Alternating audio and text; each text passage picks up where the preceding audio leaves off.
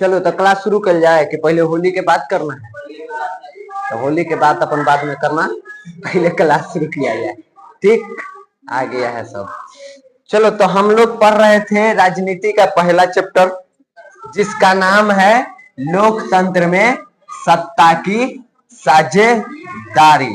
ठीक, इसमें हम लोगों ने अब तक 6 क्लास कर लिया है, 7वां क्लास है। और पिछला क्लास जो हम लोग इसमें किए थे वो था राजनीति में जाति की भूमिका। देखे थे कि राजनीति में किस प्रकार जाति अपना भूमिका निभाती है, और फाइनल यही देखे थे कि राजनीति में जाति का कुछ अच्छा भी वहां पे परिणाम होता है और कुछ उसका बुरा भी परिणाम होता है।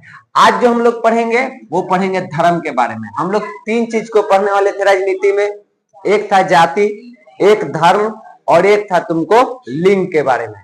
तो आज इसको पढ़ेंगे, इसको खत्म करेंगे, और कल लिंग को खत्म करेंगे, शॉर्ट में ले जाएंगे। ठीक, सबसे पहले देखो, जिस तरह से समाज में विभाजन का या विभेद का कहो कारण जाति होता है, उसी तरह धर्म भी होता है। अब यहाँ पे 2 चीज तुमको लिखा हुआ मिलेगा, एक मिलेगा धर्म, एक मिलेगा सांप्रदायिकता। ये दोनों एक ही चीज है, बस अंतर इतना है कि जब हम अपने धर्म को बाकी धर्म से ऊपर समझने लगते हैं तो उसी को क्या कहा जाता है? सांप्रदायिकता कहा जाता है। ठीक, जब अपने धर्म को बाकी धर्मों से श्रेष्ठ मानने लगे तो एक किसका जन्म होता है? सांप्रदायिकता का होता है। ठीक, और ये सामाजिक विभाजन का दूसरा सबसे महत्वपूर्ण अभिव्यक्ति है, दूसरा ये महत्वपूर्ण भाग है जिसके कारण समाज में विभाजन होता है। अब धर्म के नाम पर सामाजिक विभाजन सिर्फ भारत में नहीं है, दुनिया के अलग अलग देशों में धर्म पर आधारित विभाजन तुमको देखने को मिल जाएगा। जैसे कि हम लोग इसमें उत्तरी आयरलैंड को देखे थे। उत्तरी आयरलैंड में मुख्य रूप से सब तो ईसाई धर्म को मानने वाला था, लेकिन ईसाई धर्म ही 2 शाखा में बटा हुआ था, जिसमें एक था तुमको कैथोलिक और एक था तुमको प्रोटेस्टेंट, ऐसे करके बटा हुआ था। यानी ये धार्मिक विभाजन जो है वो हर जगह उपलब्ध है। अगर तुम देखो तो लगभग हर धर्म के कई शाखाएं हैं।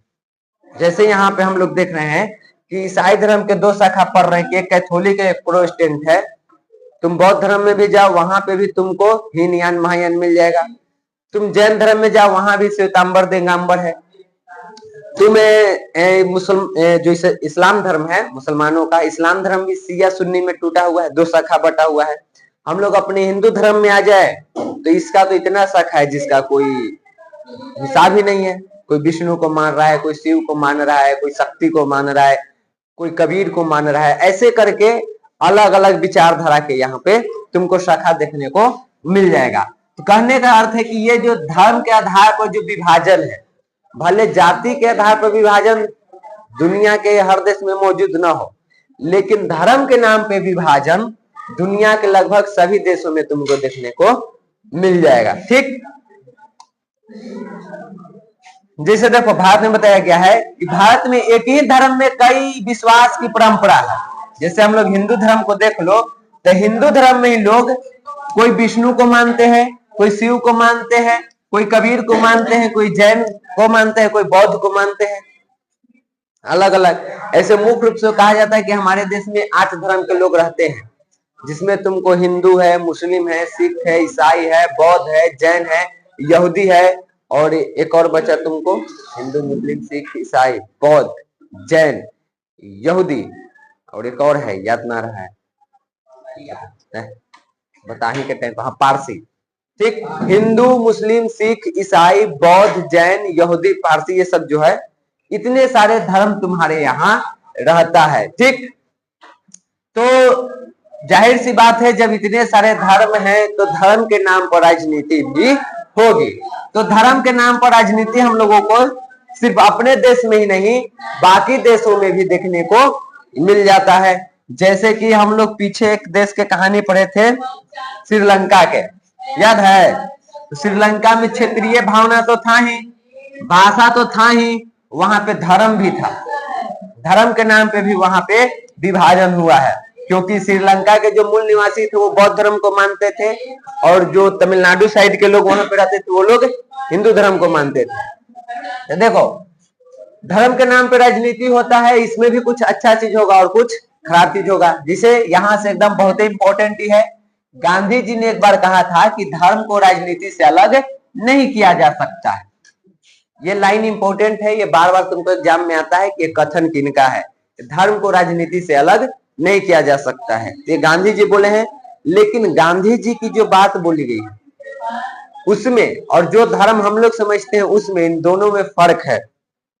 फर्क क्या है? यहाँ पे जो गांधी जी बात कर रहे हैं धर्म के, वो राजनीति में जो मूल्य कर्तव्य होता है, वहां पे जो तुम्हारा धर्म है उसकी बात कर रहे हो, ना कि कोई विशेष धर्म की वहां पे बढ़ावा दे रहे हैं कि फलाने धर्म के बिना राजनीति नहीं हो सकते। वो इस चीज के बारे में बात नहीं कर रहे हैं। वो किस चीज की बात कर रहे हैं? मौलिक कर्तव्य के, नैतिकता की बात कर रहे हैं कि एक नेता होने के तौर पर या एक आप राजनीति कर रहे हैं, पार्टी हैं, तो आपका क्या क्या यहाँ पे मौलिक धर्म होना चाहिए। जैसे ईमानदारी होना चाहिए ना, ठीक, जो जनता के लिए काम करते रहे वैसा होना चाहिए। तो गांधी जी उस चीज की बात कर रहे हैं कि इस धर्म को हम राजनीति से अलग नहीं कर सकते हैं। अगर इस चीज को ही अलग कर दे तो राजनीति का फिर कोई मतलब ही नहीं रह जाएगा। राजनीति का मतलब है कि आप धार्मिक हो, लेकिन धार्मिक मतलब कोई धर्म विशेष की बात नहीं कर रहे हैं, बल्कि वो एक तरह से इंसानियत की बात कर रहे हैं, आपकी ईमानदारी की बात कर रहे हैं, आप अपने कर्तव्यों को निष्ठापूर्वक पालन करें उसकी बात कर रहे हैं कि उस धर्म को हम राजनीति से अलग नहीं कर सकते। यहाँ पे किस चीज को बात कर रहे हैं? नैतिक मूल्य के बात कर रहे हैं कि इसको हम राजनीति से अलग नहीं कर सकते। अगर यही अलग हो जाएगा तो फिर राजनीति का कोई अर्थ ही नहीं रह जाएगा। दूसरा देखो, एक मानवाधिकार रिपोर्ट के अनुसार ये पता चला है कि भारत में सांप्रदायिक दंगों का सबसे बड़ा शिकार अल्पसंख्यक समुदाय होते हैं। अल्पसंख्यक मतलब जो संख्या में कम है। तो जो ज्यादा संख्या में जिस धर्म वाले लोग हैं वो कम संख्या वाला पे क्या करते हैं? दबाव डालेंगे, उनको मारेंगे, पीटेंगे, उनसे जोर जबरदस्ती करेंगे, धर्म परिवर्तन करने के लिए उन पे दबाव डालेंगे। तो कई सारे यहाँ पे शोषणकारी कार्य उनके द्वारा किया जाता है। किन पे? अल्पसंख्यकों पे। ठीक, और ये एक मानवाधिकार समूह के रिपोर्ट से पता चला है, जहां पे लोग अपना शिकायत दर्ज करते हैं। तो वहां पे पता चला है कि जो अल्पसंख्यक है भारत में, उनको हमेशा बहुसंख्यकों द्वारा प्रेरित किया जाता है, उनको प्रताड़ित किया जाता है, यानी कि उनको चोट पहुंचाया जाता है। ठीक, तो इस तरह से देखा जाए तो अल्पसंख्यकों की रक्षा के लिए विशेष संरक्षण की व्यवस्था करने की आवश्यकता है, क्योंकि इस नाम पे फिर यहाँ पे राजनीति किया जाता है। ठीक,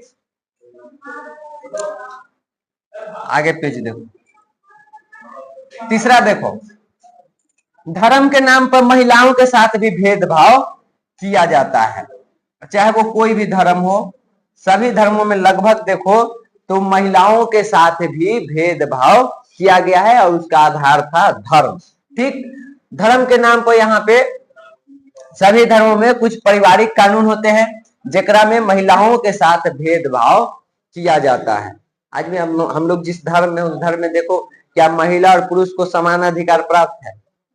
नहीं है। ये किस चीज के आधार पे अलग किया गया भेदभाव? धर्म के आधार पे। ठीक, तो ये सारी चीजें आज भी देखने को मिल जाता है। पारिवारिक कानून के अंतर्गत पुरुष को विशेष अधिकार मिलता है, जिससे महिलाओं में असुरक्षा, शोषण और अत्याचार के गुंजाइश अधिक देखने को मिलता है। हमेशा महिलाओं को दबाया जाता है। ठीक, उनके साथ मारपीट, शोषणकारी कार्य किए जाते हैं। और ये सारी चीजें होती है किस नाम पे? धर्म के नाम पर। जैसे दहेज प्रथा है, धर्म के नाम पे चलते आ रहा था। विधवा विवाह नहीं कर सकती है, किस चीज से जुड़ा हुआ था? धर्म से। सती प्रथा का जो प्रचलन था किस चीज से जुड़ा हुआ था? मुस्लिमों में जो 3 तलाक की प्रथा है, वहां पे तलाक देने का, किस चीज से जुड़ा हुआ था? धर्म से। ठीक, इसके अलावा मुस्लिमों में, चाहे हम लोग के हिंदू में भी था पर्दा प्रथा, जो महिलाएं यहाँ तक नकाब पहनी हुई रहती है, ठीक है, तो उसको बुर्खा, तो वो पहनी हुई रहती थी मुस्लिम में धर्म के आधार पे। और हमारे यहाँ भी देखो तो महिलाओं को घूंघट में रहना होता था, वो भी तो पर्दे प्रथा है। दोनों में तो चेहरा नहीं दिखाना है। मुस्लिम वाले में लोग बुर्खा पहन के नहीं दिखाते, इसमें घूंघट कैसे? झांक के तो रखना है। तो कहीं ना कहीं ये सारी चीजें किससे जुड़ा हुआ था? धर्म से। और ये भेदभाव किसके साथ था? ये सारी चीजें कौन करता था? महिलाएं करती थी। पुरुषों को ये सब नहीं करना था। पुरुष विधवा होने के बाद विवाह कर सकता है, वो सती नहीं बनेगा, वो दहेज नहीं देगा। ये सारे काम किसके लिए होता था? महिलाओं के लिए। ठीक, तो ऐसा देखा गया है कि महिलाओं के साथ भी धर्म के आधार पर क्या किया गया है? भेदभाव उनके साथ किया गया है, उनका शोषण किया गया है। तो इसके लिए भी संविधान में या कानून जो भी नियम है उसमें बदलाव करने की आवश्यकता थी। ठीक, तो इसके लिए भी कुछ नए कानून बनाने की आवश्यकता थी। और इसके लिए कोई भी दल यहाँ पे कहा जाता है, अब तो कुछ ठीक है, पहले की देखो तो कोई भी ऐसा राजनीतिक पार्टी नहीं था जो महिलाओं के लिए काम करे, उनके हक के लिए लड़े। धीरे धीरे बदलाव हुआ है, अभी भी पूर्णतः बदलाव नहीं हुआ है। ठीक, आगे देखो, अगर हम इन सारी बातों को देखें तो एक चीज तो समझ गए कि ये सब दो चीजों से जुड़ा हुआ है। पहला चीज, ये सारी की सारी जो घटना हम लोग पढ़े किससे जुड़ा हुआ है? धर्म से। और इन सब से निवारण कौन कर सकता है? सरकार करेगा। ठीक, कानून बना के। तो वो किस चीज से जुड़ गया? राजनीति से। तो जितना भी अभी हम घटना पढ़े वो सब किससे जुड़ा हुआ है? धर्म और राजनीति से। इसको देखने के बाद ये चीज भी लग सकता है कि धर्म जो है वो बहुत खराब चीज है, इसके साथ खाली बुरा काम ही होता है। ठीक, लेकिन ऐसा नहीं है। जिस तरह से हम लोग पीछे जाति को पढ़े तो जाति कुछ हद तक अच्छा चीज भी था, कुछ हद तक खराब चीज है, उसी प्रकार धर्म भी अच्छा भी है और खराब है। अगर हम उस धर्म के अच्छे विचार को ले ले, उसके आदर्श को ले ले, उसके जो मूल्य वहां पे जो भी चीजें बताई गई है, अगर उसको हम ले ले तो वो राजनीति के लिए क्या होगा? वो राजनीति पर सकारात्मक प्रभाव डालेगा, वो देश के कल्याण के लिए काम करेगा। लेकिन हम लोग उसको अगर नकारात्मक चीजों को ले लेते हैं, उसको गलत दिशा में लेके चले जाते हैं, तब वो हमारे लिए क्या हो जाता है? नुकसानदेह हो जाता है, वो राजनीति पर बुरा प्रभाव डालने लगता है। तो ये कभी नहीं सोचना है कि धर्म जो है वो राजनीति के लिए गंदा विचार है, उसको मानने वाले लोग गंदे हैं। धर्म कभी गंदा नहीं होता है। जो धर्म के मानने वाले लोग होते हैं उनमें ये गंदगी फैल जाती है कि मेरा धर्म ही सबसे ऊपर है। और वो जब इस चीज पे राजनीति होने लगता है तब जाकर के राजनीति उससे कुप्रभावित होता है, उस पर इसका नकारात्मक प्रभाव पड़ता है। लेकिन अगर इसी को अपना विचार के साथ, अपने धर्म के आदर्शों के साथ काम किया जाए तो उससे देश का कल्याण हो सकता है। तो ये डिपेंड करता है मानने वाले पर। अब देखो, समाज में रहने वाले जितने भी व्यक्ति हैं, हर व्यक्ति एक धार्मिक समुदाय के तरफ अपनी जरूरत, हित और न्याय संगत मांगों को राजनीति में जोर शोर से उठाने का अधिकार होना चाहिए, उसको रहना चाहिए। वो अपना जो भी मांग है वो रखे सरकार के सामने, वो मांगे उसको। राजनीतिक सत्ता को इस पर विशेष ध्यान देना चाहिए, उसे भी देखना चाहिए कि जो अल्पसंख्यक है, जो संख्या में कम है, उसके साथ किसी प्रकार के भेदभाव न हो, बहुसंख्यकों द्वारा उसका शोषण न हो। लेकिन अगर देखा जाए तो राजनीतिक सत्ता को यह भी देखना चाहिए कि कोई धर्म किसी के साथ भेदभाव न करे। दोनों चीज देखना है, एक के मांग को भी पूरा करना है और दूसरा में यह भी देखना है कि दूसरे के साथ किसी भी प्रकार के भेदभाव न हो, बल्कि दोनों के बीच तालमेल बिठा के रखे। ये सारी जिम्मेवारी किसकी होती है? तो ये राजनीति की होती है, यानी कि जो सत्ता में है या जो राजनीतिक दल है, जो राजनेता है, उनकी ये जिम्मेवारी होती है। तो अगर इस तरह से वो काम करे तो अल्पसंख्यक हो या बहुसंख्यक हो, सबको आगे बढ़ सकता है, सबको उसका अधिकार मिल सकता है, सबको इसे लोकतंत्र के यहाँ पे अच्छे से उपयोग कर सकता है। तो ये सारी चीज उसी को देखना होता है। ठीक, अब देखो, अभी हम बोले कि धर्म जो है वो राजनीति के लिए खराब चीज नहीं है, अगर हम उसके नैतिक मूल्यों को उसमें लागू करें तब। धर्म कब राजनीति के लिए खराब होता है? सो जा। पहला, धर्म को राष्ट्र का आधार मान लेते हैं तब ये गलत हो जाता है कि धर्म ही पहले है। जब देश से बढ़ के हम धर्म को मान ले, एक धर्म विशेष को ही देश को धार्मिक राष्ट्र बनाना चाहे, तब ये गलत हो जाता है। जैसे हम लोग के भारत में कोई राष्ट्रीय धर्म नहीं है, लेकिन अगर किसी एक धर्म को जब हम राष्ट्रीय धर्म बनाने का प्रयास करेंगे तो वहीं से ये धर्म जो है वो राजनीति में क्या करेगा, समस्या खड़ा कर देगा। क्योंकि जब एक कोई चाहेगा कि हम अपने धर्म को राष्ट्रीय बना दे, तो बाकी उसके खिलाफ आवाज उठाएगा कि मेरा होना चाहिए, और इसके कारण देश में का माहौल जो है वो खराब होगा। ठीक। दूसरा, राजनीति में धर्म की अभिव्यक्ति एक समुदाय विशेष की विशिष्टता के लिए की जाती है। जब यहाँ पे धर्म को एक विशेष समुदाय के साथ जोड़ के देखा जाता है राजनीति में, तब भी ये क्या हो जाता है, राजनीति के लिए गलत हो जाता है, खतरा साबित हो जाता है, यानी उसके लिए समस्या खड़ी कर देता है। उसके बाद राजनीति किसी धर्म विशेष के दावे का पक्षपोषण करने लगती है, तब भी ये समस्या हो जाता है। क्यों, किसी एक धर्म को, जो भी राजनीति करने वाले लोग हैं, जो नेता हैं, जो पार्टी है, अगर वो किसी एक धर्म विशेष को आगे बढ़ाने की दावा करने लगे, उसको आगे बढ़ाने लगे, तब भी ये धर्म क्या हो जाता है, राजनीति के लिए समस्या बन जाता है। तो ये सारी चीजें हैं जिसके कारण यहाँ पे ये राजनीति के लिए समस्या बन जाता है। इसके अलावा चौथा है, किसी धर्म विशेष के अनुयायी दूसरे धर्मावलंबियों के खिलाफ मोर्चा खोलने लगता है। ऐसा तब होता है जब एक धर्म विचारों को दूसरे धर्म के विचारों से श्रेष्ठ माने जाने लगता है, और एक धार्मिक समूह अपनी मांगों को दूसरे समूह के विरोध में खड़ा करने लगता है। जब भी इस तरह की राजनीति होगी, तो किसी एक धर्म को आगे बढ़ाया जाएगा, तो बाकी के जो धर्म वाले लोग हैं वो क्या करेंगे, अपना संगठन बना के उसके खिलाफ आवाज उठाएंगे, मोर्चा निकालेंगे, आंदोलन करेंगे। और ये सारी चीजें किसके लिए किया जाता है, उस धर्म को बचाने, उस धर्म को कम करने के लिए, जिसे बाकी धर्मों से श्रेष्ठ बनाने का प्रयास किया जाता है। कोई एक पार्टी होती है जो किसी एक धर्म को सबसे ऊपर लाना चाह रही है, ठीक, क्योंकि वो बहुसंख्यक में है। अगर वो चीज करेगा तो धर्म के नाम उसको क्या मिल जाएगा, वोट मिल जाएगा, सत्ता में बना रहेगा। तो अगर इस तरह की चीज वो करेगा तो उसको सरकार में रहने के चांसेस बढ़ जाएगा। तो वो किसी एक धर्म को अगर आगे बढ़ाना चाह रहा है, तो क्या बाकी धर्मों के लोग उसको देखेंगे, वो उसके खिलाफ क्या करेंगे, आवाज उठा करके उसको कम करने का प्रयास करेंगे। और अगर नहीं करेंगे तो एक समय ऐसा आएगा जब ये लोग अपने आप को इससे अलग समझने लगेंगे, उस क्षेत्र से अपने आप को अलग समझने लगेंगे कि यहाँ मेरे लिए कुछ नहीं है। और अगर उनकी बातों को नहीं सुना जाएगा तो वो लोग अलग राष्ट्र की मांग करने लगेंगे, जो बंटवारा होगा किस नाम पे, धर्म के नाम पे। और ऐसी घटना घट चुकी है श्रीलंका में, ऐसा घटना घट चुका है उत्तरी आयरलैंड में, ऐसा घटना घट चुका है यूगोस्लाविया में। ठीक, तो क्या करेंगे, जैसे उनको लगेगा कि किसी एक धर्म को आगे बढ़ाया जा रहा है, बाकी धर्म वाले लोगों को लगेगा कि हम यहाँ सुरक्षित नहीं है, ये मेरे लिए नहीं है, और उसके बाद वहां पे अलग राष्ट्र की मांग करने लगेंगे और देश का विखंडन हो सकता है। तो जो अखंडता एकता रहता है वो धर्म के नाम पे क्या हो जाएगा, बट जाएगा।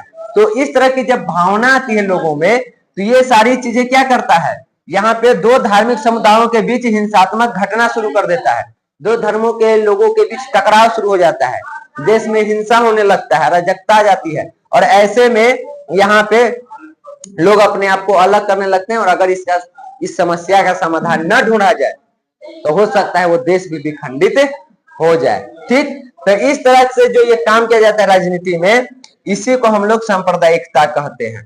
तो हम पहले ही तुमको एक लाइन में बता दिए हैं कि जब किसी धर्म को बाकी धर्मों से श्रेष्ठ माने जाने लगे तो उसी को क्या कहते हैं, सांप्रदायिकता। ठीक, कि सिर्फ मेरा धर्म आगे रहेगा, चाहे बाकी कोई भी हो, आप लोग नीचे रहिएगा। तो यहीं से सांप्रदायिकता का जन्म होता है। ठीक, अब यहाँ पे है कि सांप्रदायिकता की अगर परिभाषा जानना हो तो क्या हो सकता है। तो एक लाइन में हम तुमको ये बता चुके हैं, फिर भी किताबें देख लो। जब हम ये कहना शुरू कर देते हैं कि धर्म ही समुदाय का निर्माण करते हैं, तो यहीं से सांप्रदायिक राजनीति का जन्म होता है। ठीक, जब हम कहें यहाँ पे कि धर्म ही समुदाय का निर्माण करता है, पीछे हम लोग पढ़े हैं कि जाति समुदाय का निर्माण करता है, लेकिन धर्म आ जाए कि धर्म से ही एक समुदाय का यहाँ पे जन्म होता है, तो यही किस चीज को बढ़ाता है, सांप्रदायिक राजनीति को आगे बढ़ाता है, जो कि एक तरह से देखा जाए तो ये हानिकारक है। इस तरह के सोच रखने वाले को ही सांप्रदायिकता है, यही सांप्रदायिकता कहलाता है। इसके अनुसार किसी एक धर्म विशेष में आस्था रखने वाले एक ही समुदाय के होते हैं, उनके मौलिक तथा महत्वपूर्ण हित एक जैसे होते हैं। जब हम एक धर्म में हैं तो हमारे जो भी उससे जुड़ा हुआ जो भी चीजें हैं वो भी एक होगा, जो भी उससे जुड़ा मौलिक हित है। तो जो हिंदू है उसको सबके एक रहेगा, मुसलमानों का एक रहेगा, जैनियों का एक रहेगा, बौद्धों का एक रहेगा, जो भी बौद्ध धर्म मानने वाले हैं सबका मत जो है या हित जो है धर्म के नाम पर एक होगा। हिंदुओं का एक होगा, बाकी के जो धर्म है उनका एक होगा। और ऐसे करके जब ये लोग अपने धर्म को यहाँ पे आगे बढ़ाने का प्रयास करते हैं तो बाकी के समुदाय से इनका क्या हो जाएगा, टकराव हो जाएगा, मतभेद हो जाएगा। ठीक, और ऐसे ही यहाँ पे विखंडन होगा। ठीक, तो इसमें मतभेद का कोई अहमियत नहीं होती है और सभी को एक तरह के सोच रखना आवश्यक है। तो अगर देश की एकता और अखंडता बचा के रखना है, ठीक, सबको एक समान रखना है, लोकतंत्र में समानता रखना है, तो इन सारी चीजों से ऊपर उठना होता है, ऊपर उठना पड़ेगा। और एक ऐसा सोच रखना होगा जिसमें सभी धर्मों को एक समान माना जाए, नहीं तो ये बहुत ही तुमको नुकसानदेह भी साबित होता है सांप्रदायिकता।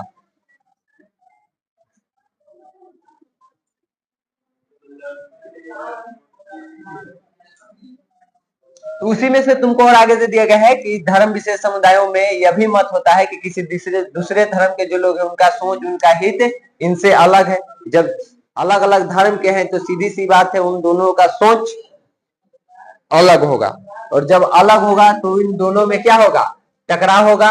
ठीक, तो इस टकराव के कारण ही यहाँ पे क्या होता है, तुमको अलग अलग होता है, ज्यादा इसमें नहीं है। वही बात कि फिर जब इनमें टकराव होता है तो सोच जब उग्र बनने लगता है तो उनमें तनाव आएगा, तनाव आएगा तो हिंसात्मक घटनाएं घटेगी, हिंसात्मक घटनाएं घटेगी तो उनमें ऐसा विचार आने लगेगा कि वो इस राष्ट्र में एक समान नागरिक नहीं है, वो दूसरे धर्म के हैं। और यही सब बता दिए हैं कि जब ये विचार आता है तो लोग अपने आप को अलग समझने लगते हैं और वो लोकतंत्र के लिए या किसी भी राष्ट्र की एकता के लिए सही चीज नहीं होता है।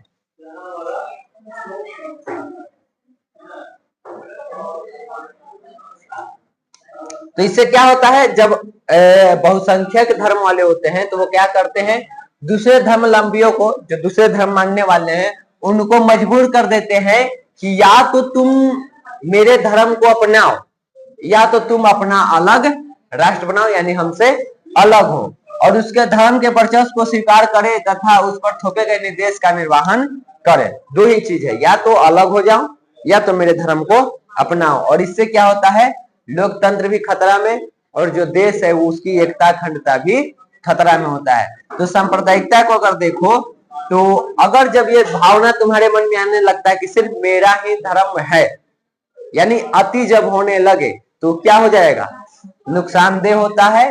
वो हमारे देश के लिए, हमारे देश की एकता अखंडता और लोकतंत्र के लिए क्या होता है, खतरा होता है। ठीक, क्योंकि सभी व्यक्ति की यहाँ पे भावनाएं जो है, सोच जो है, विचार जो है, हित जो है वो एक जैसा नहीं हो सकते हैं, अलग अलग हो सकते हैं। हर व्यक्ति का अलग अलग धर्म में अलग अलग, एक ही धर्म के अलग अलग शाखा में विश्वास हो सकता है। ठीक, तो इस आधार पर अगर उनके साथ भेदभाव किया जाए तो ये सही चीज नहीं है।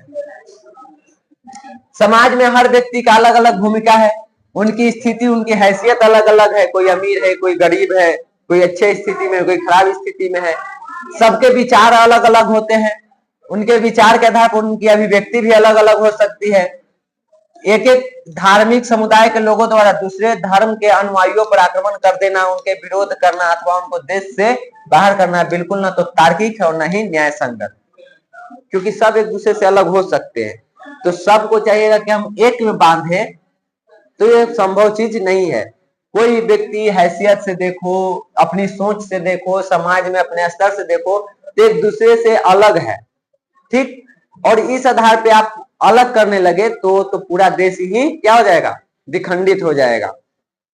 तो इस आधार पर किसी के साथ विरोध नहीं करना चाहिए। मान लो हमको हिंदू धर्म में कुछ खामी नजर आया तो हम किसी और धर्म को अपना लिए, अब इस आधार पर मेरे साथ भेदभाव किया जाए तो वो देश के लिए अच्छा नहीं है। ठीक, तो ये कहीं से तार्किक चीज नहीं है कि आप इस धर्म को नहीं मानते हैं तो आपको इस देश में नहीं रहने दिया जाएगा, ये कहीं से भी तार्किक नहीं है, बल्कि इसका बुरा परिणाम ही पड़ता है। एक धर्म में जुड़े सभी लोगों को किसी और गैर धार्मिक संदर्भ में एक करके देखना उस समुदाय के विभिन्न आवाजों, अवधारणाओं तथा विचारों का दमन करना है, ये बहुत ही गलत चीज है। ठीक, आगे बढ़े। अब आ जाओ कि राजनीति में धर्म क्या करता है। हम लोग को देखते हैं कि प्रत्येक दिन धर्म के नाम पर राजनीति वाला व्यवहार हम लोगों को देखने को मिल ही जाता है। ठीक, सांप्रदायिकता के अभिव्यक्ति देखते ही रहते हैं, महसूस भी करते हैं। धर्म के आधार पर परंपरागत धार्मिक अवधारणाएं, एक धर्म दूसरे धर्म से श्रेष्ठ के मानने की मान्यता है, ये सब हमेशा हमारे देश में चलते रहता है कि मेरा धर्म श्रेष्ठ है, मेरा धर्म श्रेष्ठ है, ऐसे करके कई सारी बातें चलते रहती है। ठीक, ये सब साधारण बात है, लेकिन ये चीज हमारे अंदर बैठ गया है कि मेरा ही धर्म श्रेष्ठ है, और ये सारी चीजें सांप्रदायिकता का एक रूप है। और जब ये ज्यादा होता है तो क्या होता है, हम लोग पीछे भी देख चुके हैं। सांप्रदायिकता की सोच प्राय अपने धार्मिक समुदाय का प्रमुख राजनीति में बरकरार रखना चाहता है, यानी कि धर्म के आधार पर हम यही चाहते हैं कि जो मेरे धर्म के लोग हैं वही हमेशा शीर्ष पर रहे, कोई दूसरा उसके स्थान पे न जाए। और यहीं से तुमको सांप्रदायिकता के जन्म होता है, और ये हमेशा बहुसंख्यक में होंगे। जो बहुसंख्यक होते हैं उन्हीं में इस तरह की विचारधारा आती है। जो बहुसंख्यक न होंगे, अल्पसंख्यक में होंगे, उनके अंदर ये विचारधारा नहीं आएगी। जिस देश में जिस धर्म का ज्यादा जनसंख्या होगा सबसे, वहीं पे इस तरह की भावना उत्पन्न होगी। ठीक, और उनकी हमेशा यह कोशिश रहता है कि बहुसंख्यकवाद का रूप यहाँ पे बना रहे, यानी कि हम जो हैं सबसे शीर्ष पर रहे और बाकी जो है वो हमारे नीचे रहे। यही चीज जाति में भी होता है, जहाँ पे जाति का बहुसंख्यक रहता है उनका वर्चस्व रहता है उस समाज में, उस क्षेत्र में। देखो तो जो ज्यादा जनसंख्या में जो धर्म, उसी का बोलबाला रहता है, और वो चाहता है कि हमेशा मेरा ही रहे। ठीक, और उसी के आधार पे तो यहाँ पे हिंसात्मक घटनाएं घटती है। ठीक, टकराव होते हैं। तो धर्म में भी वैसा ही होता है। जैसे यहाँ पे तुमको बताया गया है श्रीलंका की कहानी, कि श्रीलंका में सिहलियों का बहुसंख्यकवाद था। वहां पे सिहली भाषा जो बोलने वाले लोग थे वो ज्यादा थे, तो बाकी को क्या करते थे, नीचे दबा के रखते थे। ठीक, यहाँ लोकतांत्रिक रूप से निर्वाचन होता था और निर्वाचित होकर सरकार भी चुना गया, लेकिन सरकार किस समुदाय से आया, सिहली से। क्यों आया, क्योंकि बहुसंख्यक था, संख्या में ज्यादा था, तो ये जीत के आया। और सरकार के में आने के बाद भी जो सरकार है वो किसके लिए काम करेगा, सिहलियों के लिए। क्यों, क्योंकि इन्हीं के द्वारा ये जीत के आया था। ठीक, तो यहाँ पे अपने बहुसंख्यक समाज के लिए वो कई सारे कार्य किए। जैसे कि 1956 में देखो सरकार क्या कर दिया था, वो सिहली को राष्ट्रीय भाषा घोषित कर दिया, बाकी को इग्नोर किया। बहुसंख्यक कौन थे, सिहली, तो सिहली भाषा को राष्ट्रीय भाषा कर दिया। श्रीलंका के जो मूल निवासी थे, बौद्ध धर्म मानने वाले थे, तो बौद्ध धर्म को यहाँ पे एक तरह से राष्ट्रीय धर्म घोषित कर दिया। जो विश्वविद्यालय, यूनिवर्सिटी है और सरकारी नौकरी है, उन सभी में सिहलियों को प्राथमिकता दे दी गई, यानी कि सिहलियों को पहले वहां पे जॉब मिलेगा, पहले एडमिशन मिलेगा, आपको बाद में मिलेगा। तो इस तरह से यहाँ पे देखो तो भाषा के आधार पर और धर्म के आधार पर बहुसंख्यकों द्वारा अल्पसंख्यकों का क्या किया गया, शोषण। फिर उन लोगों ने आवाज उठाया, यहाँ पे गृहयुद्ध की स्थिति गृहयुद्ध हो गया था। तो अगर इस तरह के कार्य करते हैं तो ये हमारे लिए क्या हो जाता है, नुकसानदेह हो जाता है। और देखो दूसरा चीज, अपने पहले ही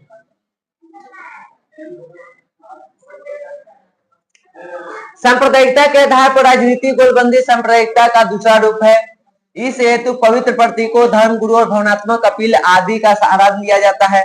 हम लोग निर्वाचन के समय भी देखते हैं कि अक्सर लोग यहाँ पे कोई खास धर्म के अनुयायियों से किसी पार्टी विशेष के पक्ष में मतदान करने की अपील कराई जाती है।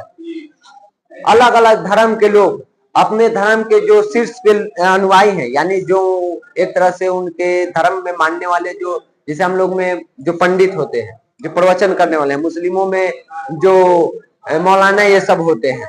ठीक, ऐसे करके अलग अलग धर्म के जो शीर्ष पे होते हैं उनसे पार्टियां क्या करवाती है, प्रचार करवाती है और धर्म के नाम पर लोगों से अपना वोट मांगती है। तो इस तरह की राजनीति भी हम लोगों को देखने को मिल जाता है कि अलग अलग धर्म के जो अनुयायी हैं वो किसी विशेष पार्टी के लिए जनता से वोट की मांग करते हैं।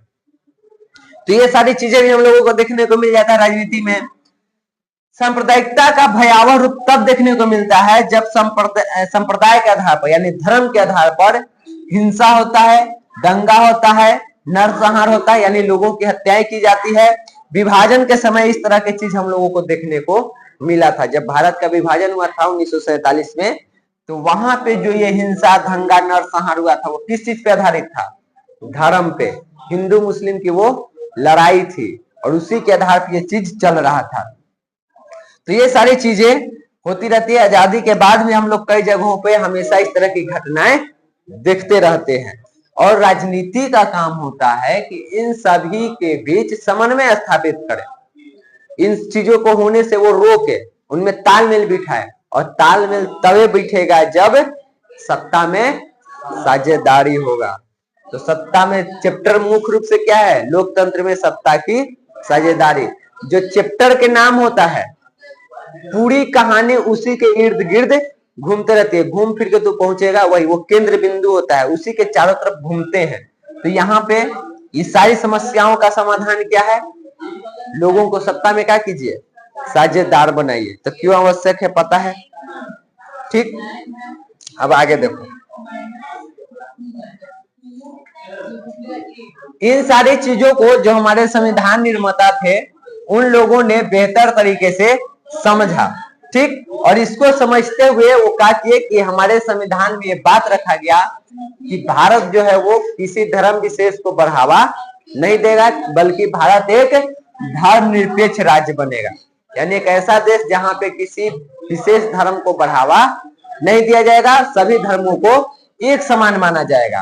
तो भारत ने शासन का धर्मनिरपेक्ष मॉडल चुना है, ठीक। हमारा देश धर्मनिरपेक्ष देश है। हमारे संविधान में धर्मनिरपेक्ष समाज की स्थापना हेतु अनेक उपबंध किए गए हैं, जैसे कि हमारे देश में किसी भी धर्म को राजकीय धर्म के रूप में स्वीकार नहीं किया गया है। जैसे कि श्रीलंका में देखो बौद्ध धर्म है, पाकिस्तान में इस्लाम धर्म है, इंग्लैंड में ईसाई धर्म है।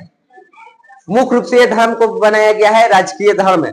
लेकिन हमारे देश में कहीं भी ऐसा लिखा हुआ नहीं मिलेगा कि भारत का राजकीय धर्म यह है। कोई भी राजकीय धर्म भारत का नहीं है, बल्कि सभी धर्मों को यहाँ पे एक समान माना जाता है, सबको एक अधिकार दिया गया है।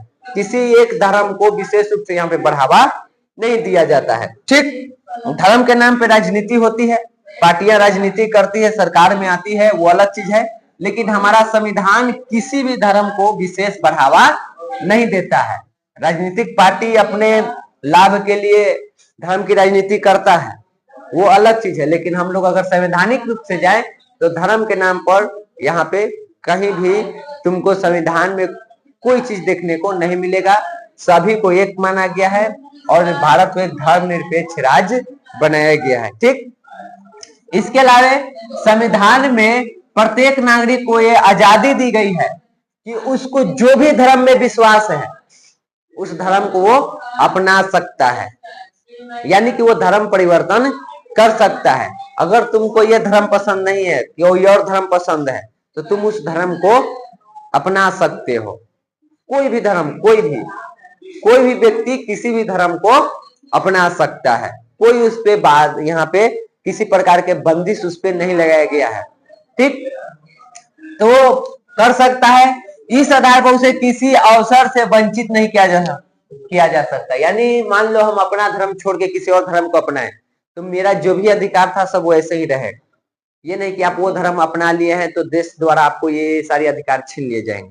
सभी अधिकार जो आपको मिले हैं वो उसी प्रकार रहेंगे और आप अपने इच्छा अनुसार धर्म का परिवर्तन कर सकते हैं। प्रत्येक धर्मावलंबियों को अपने धर्म का पालन करने और शांतिपूर्ण ढंग से उसका प्रचार करने का भी अधिकार दिया गया है। लोगों के बीच अपना धर्म का प्रचार कीजिए और लोगों को अगर पसंद है आपका धर्म तो अपनाएगा, लेकिन उसमें वही करना है, किसी भी धर्म की बुराई नहीं करनी है। अपना धर्म का जितना आपको अच्छाई बताना है बताइए, बिल्कुल एक ऐड की तरह। किसी भी चीज का हम ऐड देखते हैं टीवी पर, तो अपने प्रोडक्ट को वो बुराई तो करता है, लेकिन किसी दूसरे कंपनी के प्रोडक्ट को बुराई नहीं करता है। उसी प्रकार हम अपने धर्म का प्रचार प्रसार कर सकते हैं शांतिपूर्ण ढंग से, बिना किसी के धर्म पे उंगली उठाए। हम अपने धर्म के प्रचार के लिए शिक्षण संस्था खोल सकते हैं और उसको चला भी सकते हैं। ये सारी अधिकार आपको मिला है और सभी धर्मों को मिला है, कोई विशेष धर्म वाले को नहीं कि सिर्फ आप कर सकते हैं। कोई भी धर्म वाला व्यक्ति अपना शिक्षण संस्था खोल सकता है, अपना प्रचार प्रसार कर सकता है, उसको संचालित करा सकता है और कोई भी व्यक्ति किसी भी धर्म को अपना भी सकता है। ये सारे अधिकार हमें मिले हैं। ठीक, हमारे संविधान के अनुसार धर्म के आधार पर किसी भी प्रकार से किसी भी व्यक्ति को भेदभाव नहीं किया जाएगा। इस चीज को असंवैधानिक घोषित किया गया है कि किसी भी व्यक्ति के साथ धर्म के नाम पर भेदभाव नहीं किया जाएगा। तो ये सारी चीजें हमें मिली है। और लास्ट है धर्म के नाम पर तुमको बस इतना कि संविधान के अनुसार धार्मिक समुदाय में समानता स्थापित करने के लिए धार्मिक मामलों में भी दखल दिया जा सकता है। अगर राज्य को लग रहा है, अगर सरकार को लग रहा है कि धर्म के नाम पर यहाँ पे किसी प्रकार की भेदभाव हो रहा है, संविधान के खिलाफ काम हो रहा है, उसके विपरीत में, तो ऐसे में सरकार आपके धर्म में भी दखल अंदाजी करेगी। जैसे कि मुसलमानों में था शादी कर देना, तलाक दे देना, जिससे महिलाओं का जीवन बर्बाद हो रहा था। सरकार को लगा गलत है तो उसमें घुस गया, नियम लगा दिया 3 तलाक। ठीक, हम लोग के धर्म में 3 ही गो बस शादी आप कर सकते हैं धर्म के अनुसार, उससे ज्यादा नहीं कर सकते हैं, आपको केस हो जाएगा। ठीक, इसके अलावा और देखो, हम लोग अपने आ जाता हूँ, सती प्रथा कहीं से भी सही चीज था। कोई के पति मर गया, उसको पत्नी को जिंदे जला देना, सरकार को लगेगी तो गलत चीज है, धर्म में घुस गया। दहेज प्रथा में घुस गया, यानी कि जहां लगेगा कि आप धर्म के नाम पे गलत कर रहे हैं, संविधान के अनुसार काम नहीं हो रहा है, एक मानव को एक मानवता के आधार पे आप काम नहीं कर रहे हैं, तो वैसे में सरकार आपके धर्म में भी हस्तक्षेप करेगा, वो उसमें भी घुसेगा। नहीं तो सरकार को आपके धर्म से कोई आपत्ति नहीं है, वो कोई प्रकार से आपको रोक टोक नहीं करेगा। अगर धर्म के नाम पे आप किसी प्रकार का भेदभाव कीजिएगा तब वहां पे सरकार उसमें एंट्री कर जाता है। ये उसको संवैधानिक अधिकार है। संविधान में भी कि अगर धर्म के आधार पर किसी के साथ गलत व्यवहार किया जाएगा तो उसमें सरकार प्रवेश करेगा, वो उसमें वहां पे अवरोध उत्पन्न करेगा। जैसे कि हम लोग के यहाँ पे देखो, छुआछूत किस चीज पे डिपेंड था, किस पे आधारित था? ये धर्म के नाम पे। क्या सरकार इसमें एंट्री नहीं किया? इस पे नियम कानून बनाया, इसको खत्म करने का प्रयास किया। ठीक, तो जब भी इस तरह की चीजें लगेगी कि धर्म के नाम पर भेदभाव हो रहा है लोगों के साथ, तो वो इसमें हस्तक्षेप करेगा, सरकार इसमें हस्तक्षेप करती है। ठीक, धर्मनिरपेक्षता केवल विचारधारा ही नहीं है बल्कि संविधान की यह बुनियाद है। हम सभी को इस विचारधारा को मानना चाहिए क्योंकि ये हमारे संविधान का बुनियाद है। ठीक, कुछ चीजें हैं जो संविधान का एकदम रूह कहो, आत्मा कहो, जिसमें से एक है तुमको धर्मनिरपेक्ष, जिसके वजह से भारत का संविधान इतना महान बनता है, या भारत की जो राजनीति है जो इतना पॉपुलर है, तो उसमें इन सभी का योगदान है। ठीक, उनमें से एक कौन है? धर्मनिरपेक्षता। तो ये हमारे संविधान की बुनियाद है, हमें इस चीजों को मानना चाहिए। और सांप्रदायिकता भारत की बुनियादी अवधारणा के लिए एक चुनौती। धर्मनिरपेक्षता हमारे संविधान का बुनियाद है, और जब यहाँ पे सांप्रदायिकता आता है, सांप्रदायिकता मतलब समझ रहा है, कोई एक धर्म को श्रेष्ठ बनाने के बाद, तो वो इसके लिए क्या बन जाता है? चुनौती बन जाता है कि कैसे इसको हम हैंडल करें, और ये हमेशा चलते रहता है। धर्मनिरपेक्षता और सांप्रदायिकता के बीच की जो लड़ाई है वो हमेशा चलते रहता है, और शायद हमेशा ये चलते भी रहेगा। तो ये था तुमको धर्म की भूमिका राजनीति में। अब कल हम लोग देखेंगे कि लिंग क्या भूमिका है राजनीति में। ठीक, उसके बाद ये चैप्टर क्या हो जाएगा? खत्म। बुधवार को इसका हम ऑब्जेक्टिव कर लेंगे। ठीक।